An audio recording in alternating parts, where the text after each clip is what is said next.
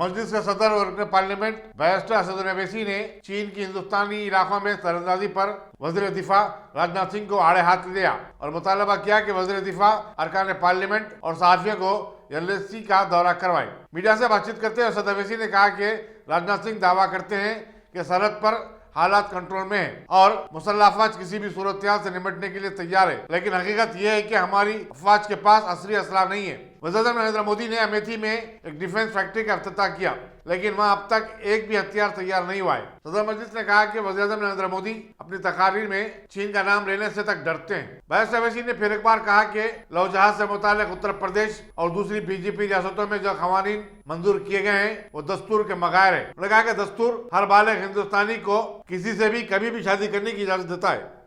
Ships की जरूरत है। आज क्यों डिफेंस मिनिस्टर 175 नेवी शिप्स की बात कर रहे हैं? क्वाड करके क्वाड आके लड़ेगा हमारी लड़ाई। हमारे सिपाहियों के पास राइफल नहीं है। नरेंद्र मोदी ने अमेठी में जाकर AK-203 इस फैक्ट्री का इनॉग्रेट किया। भाई एक राइफल निकली क्या अमेठी से AK-203 के? बताइए, वो तक नहीं इनके पास नहीं है। आप साजो जनरल खंडूरी की रिपोर्ट है स्टैंडिंग कमेटी की, वो बीजेपी के चीफ मिनिस्टर रह चुके हैं, जनरल है, उनकी रिपोर्ट है। तो हर महाज पर राजनाथ सिंह साहब जो टू फ्रंट वॉर की बात करते हैं, भाई आप चीन को दबाइए ना। आप चीन को नहीं दबाएंगे, आपकी सरकार दबाएगी किसानों को, आपकी सरकार दबाएगी जो सीए के खिलाफ प्रोटेस्ट करते हैं। चीन को दबाइए ना, 1000 स्क्वायर किलोमीटर हासिल करिए। मैं ऑन रिकॉर्ड कह रहा हूं कि चीन 1000 स्क्वायर किलोमीटर कब्जा करके बैठा है। तीसरी बात जो आप और एक सवाल क्या था, हमको लेके जाइए और हम आपको अपने साथ लेके जाएंगे। अरे हमको लेकर मत जाइए, कम से कम मीडिया को तो लेके जाकर दिखाइए ना। क्यों नहीं बात ही नहीं कर रहे? 8 महीने से चीन कब्जा करके बैठा है। अब जैसे मार्च अप्रैल आएगा, जब बर्फ पिघल जाएगी, फिर चीन तक कवर करेगा वहां।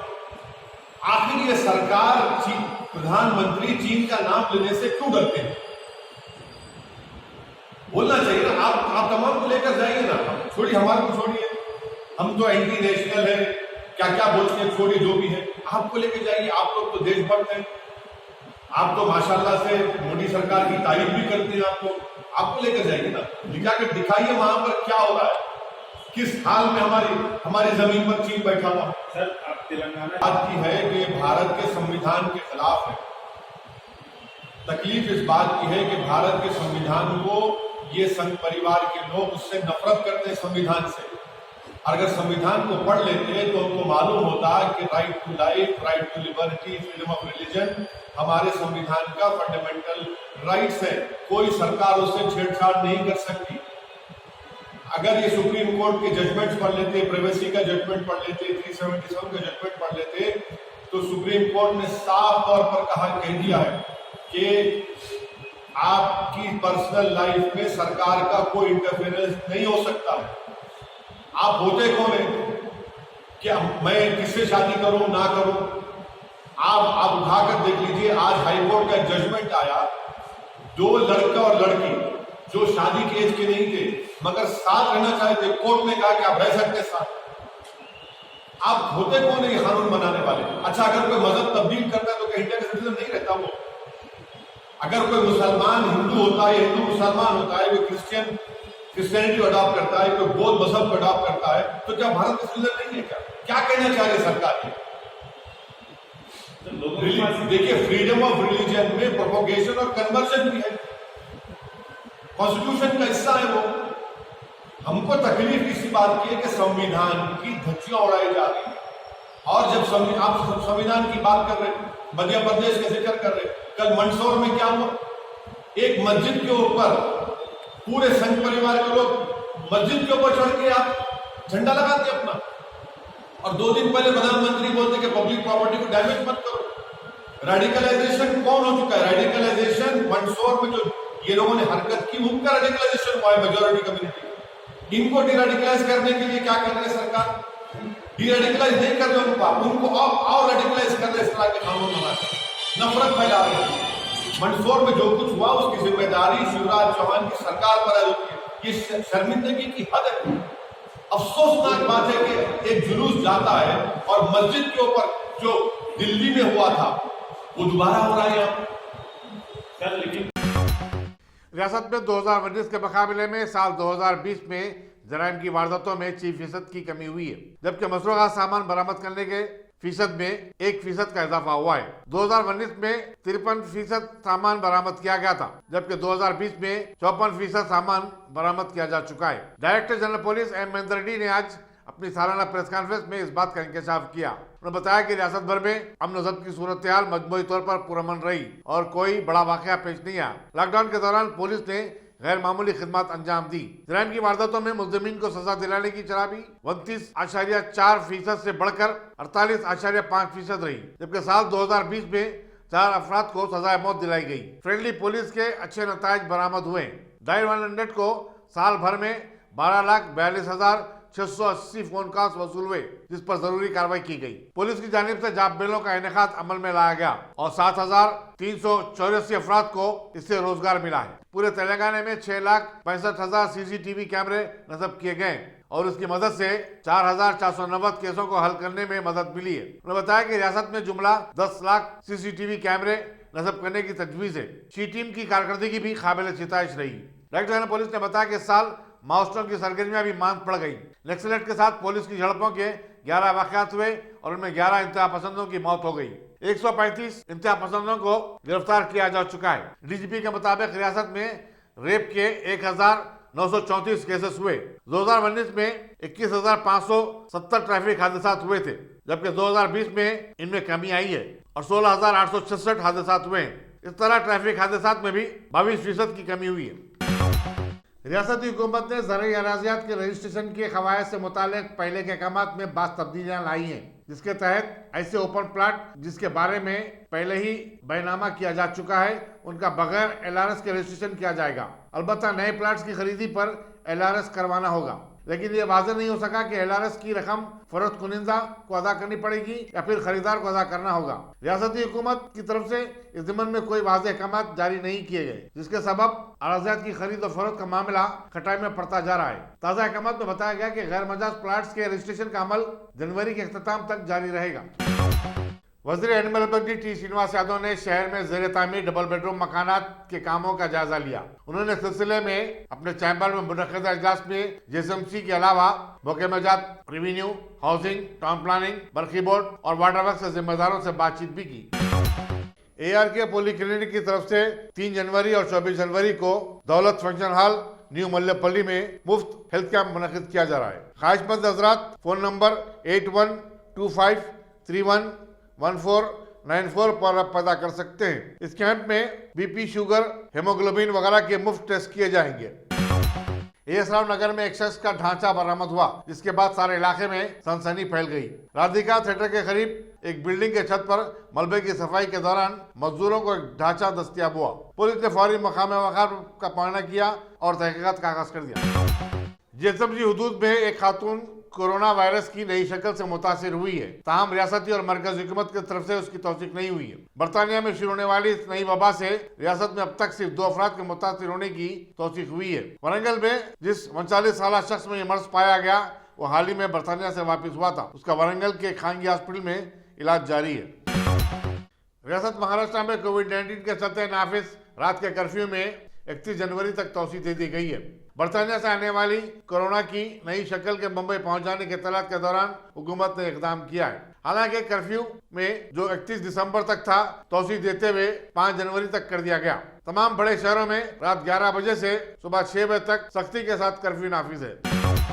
अमरीकी शहर बॉस्टन में सदर अब्राहम लिंकन के उस मुजस्समे को हटा दिया गया जिसमें एक शाफाम शख्स उनके खतबों में बैठा हुआ दिखाई देता था। बॉस्टन के मेयर की हिदायत पर यह इकदाम किया गया। सिटी की आर्ट्स काउंसिल ने गुज़िश्ता साल जून में इस मुजस्समे को हटा देने की मांग की थी। मकामी आर्टिस्टों ने भी 12,000 दस्तखतों के साथ सिटी ऑफ बॉस्टन को एक महजरनामा पेश किया था। वाज़ेह है कि अमेरिका के 16वें सदर अब्राहम लिंकन ने 1863 में मुल्क में शाफाम बाशिंदों को गुलामी से निजात दिलाई थी।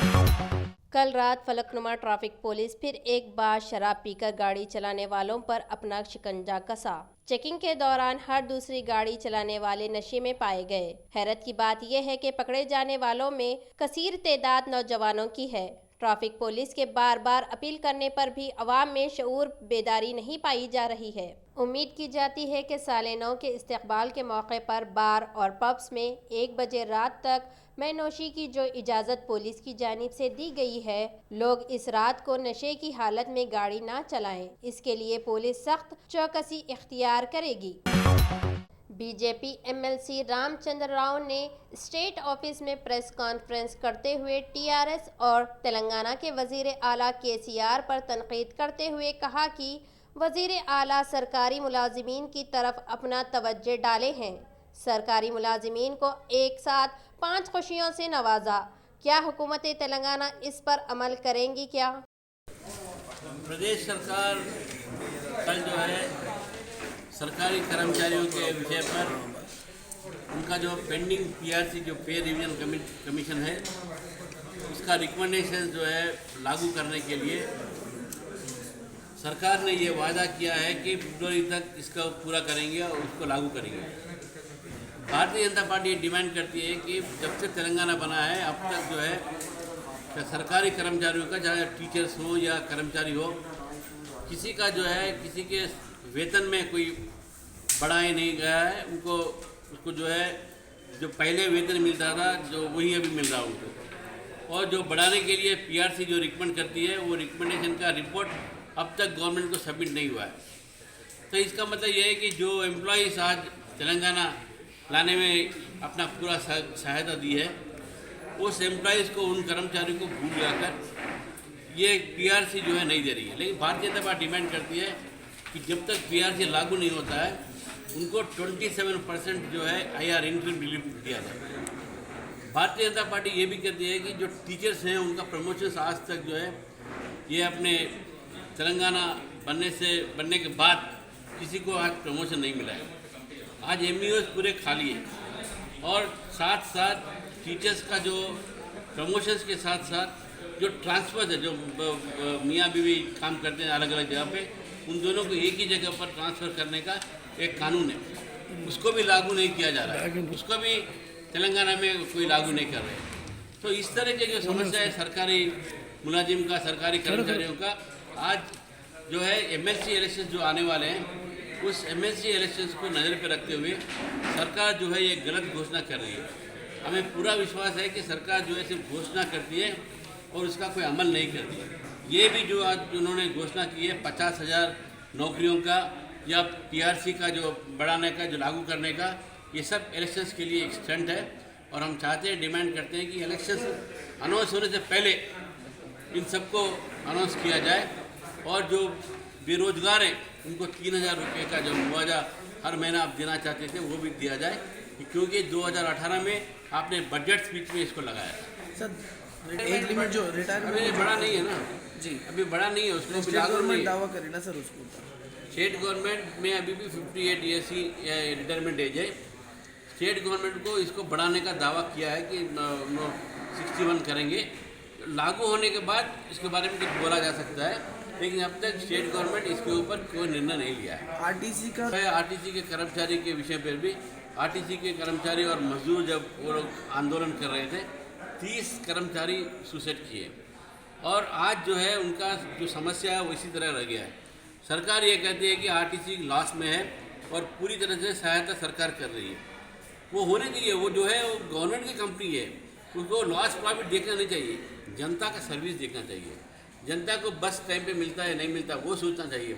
इसीलिए चाहे लॉस हो चाहे प्रॉफिट हो, सरकार का ये दायित्व बनता है, रिस्पॉन्सिबिलिटी होता है कि अगर आरटीसी लॉस में भी चलता हो तो उसको पूरी तरह से उसकी रक्षा करना चाहिए, उसमें काम करने वाले मजदूर और कर्मचारियों की रक्षा भी करना चाहिए। ये आने वाले कि अभी चुनाव आने वाले एमएलसी चुनाव पिछली बार हार गए थे ये लोग, अब फिर उसको किस तरह हैदराबाद सीट जीतेंगे, किस तरह बचाएंगे नालगोंडा सीट को, इस कारण जो है जो लोग जो पढ़े लिखे लोग हैं उनको जो है गुमराह करने के लिए ऐसी जो घोषणा की जा रही है। तेलंगाना बार कौंसिल मेंबरान ने आज नामपल्ली क्रिमिनल कोर्ट्स कॉम्प्लेक्स के रूबरू खामोश एहतजाज मुनज़्ज़म किया। 26 दिसंबर को सेंट्रल बार कौंसिल ने एक प्रेस नोट जारी करते हुए कहा कि वुकला के ऊपर पुलिस का जुल्म बढ़ता ही जा रहा है, जबकि पुलिस और वुकला साथ मिलकर काम करेंगे तो रियासतों से जराइम में कमी आ सकती है, लेकिन ऐसा हो नहीं रहा है। पुलिस अगर वुकला पर हरासानी का सिलसिला बंद नहीं करेंगे तो वुकला अपने एहतजाज में शिद्दत पैदा करेंगे। इस मौके पर bar council member Kundla Reddy, राजी रेड्डी और सीनियर वकील SM आजम और दीगर वुकला भी मौजूद थे। तरफ से यूनियन मिनिस्ट्री को एक लेटर दिया गया जिसमें वाज़े तौर पर कहा गया कि पुलिस का जुल्म जो एडवोकेट्स के ऊपर हो रहा है उसे इमीडिएट रोका जाए और उसके ऊपर स्ट्रिक्ट एक्शन लिया जाए। अगर यूनियन गवर्नमेंट इसमें एक्शन लेने में फेल होती है तो बार काउंसिल ऑफ इंडिया की तरफ से तौसीक़ दिया गया है कि बार काउंसिल ऑफ इंडिया पूरे हिंदुस्तान में एहतजाज करेगा और ये पुलिस की गुंडागर्दी, पुलिस का जुल्म वकीलों के साथ नहीं चलने देगा। आप सबको ये मालूम होना चाहिए कि हिंदुस्तान में जगह जगह पर एक बार खामोश बैठने की वजह से हर स्टेट में हर कुछ दिनों में पुलिस की तरफ से वकीलों के ऊपर जुल्म किया जा रहा है, ज्यादती किया जा रही है। ये हम वकील कभी बर्दाश्त नहीं करेंगे, ये नाकाबिल कबूल है। हम आपके चैनल के जरिए ये भी कहना चाहेंगे कि अगर हिंदुस्तान की जुडिशरी चल रही है तो उसका सबसे बड़ा हिस्सा एडवोकेट है। पुलिस को चाहिए कि एडवोकेट को रेस्पेक्ट करे, ना कि अपनी मनमानी करे। जिस तरह के हर आदमी सिविल यूनिफॉर्म में पुलिस ऑफिसर है और हर पुलिस ऑफिसर जिस तरह यूनिफॉर्म में सिटीजन ऑफ इंडिया है, जिस तरह हर आदमी एडवोकेट की रिस्पेक्ट करता है, पुलिस को भी चाहिए कि एडवोकेट की रिस्पेक्ट करे, ना कि उनके साथ जुल्म या ज्यादती करे। आप तमाम का शुक्रिया, आप तमाम यहाँ पर आकर हमको टाइम दिए। मैं हमारे बार काउंसिल के मेंबर्स का भी शुक्रिया अदा करना चाहूँगा कि वो अपने कीमती टाइम से यहाँ पर आकर जमा हुए। शुक्रिया। चारमीनार ओल्ड बस स्टैंड अब कूड़ादान बन चुका है, जहां अब कचरा ही कचरा नजर आता है। मकामी अवाम GHMC और GHMC कमिश्नर से इसके ऊपर तवज्जो चाहते हैं। मकामी अवाम का कहना है कि GHMC इसको छोड़कर गैर मजाज तामीरात की इन्हेदामी कार्रवाई में मसरूफ है, जिससे पैदल चलने वालों को परेशानी का सामना करना पड़ रहा है। इसके अलावा ट्रैफिक भी रुक जा रही है। ट्रैफिक पुलिस फोटो चालान करने में मसरूफ है।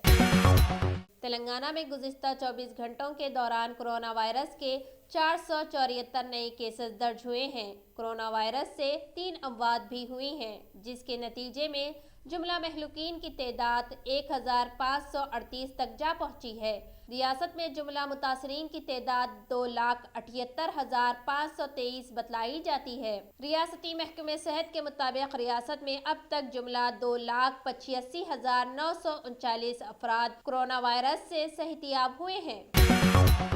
शहर में हालिया बारिश और सैलाब में जिन ऑटो रिक्शाओं और टैक्सियों को नुकसान पहुंचा था, उनके मालिकीन को मजलिस की तरफ से 25 लाख रुपए की इमदाद दी गई। सदर मजलिस और रुकन पार्लियामेंट बैरिस्टर असदुद्दीन अवैसी ने असम्बली अलखजाज, चंद्रायनगुट्टा, बहादुरपुरा, याकूतपुरा, नामपल्ली और कारवान के 200 से ज्यादा ऑटो और टैक्सी मालिकान में यह रकम दारुस्सलाम में मुनक़िदा तकरीब में तकसीम की। इस मौके पर अरकान असम्बली अहमद पाशा कादरी, जाफर हुसैन मेराज और कौसर मोहिउद्दीन के अलावा कॉर्पोरेटर्स की बड़ी तादाद मौजूद थी। गवर्नर तेलंगाना तमिलिसाई सौंदरराजन ने कहा कि तेलंगाना रियासत में MBBS दाखिलों में मकामी तलबा को फौक़ियत दी जानी चाहिए। गवर्नर को काबिल तलबा की जानिब से मुतअद्दिद शिकायत मौसूल हुई कि MBBS दाखिलों के जिम्मेदारान मकामी मुस्तहिक तलबा को नजरअंदाज करते हुए रिश्वत के इवज आंध्र प्रदेश के तलबा को दाखिले दे रहे हैं। चुनाचे गवर्नर तेलंगाना ने KNR university of health sciences के vice chancellor doctor B Karunakar Reddy को चारशंबे के रोज राजभवन तलब किया और तफसीलात हासिल की। इस ज़िमन में जरूरी हिदायत भी जारी की।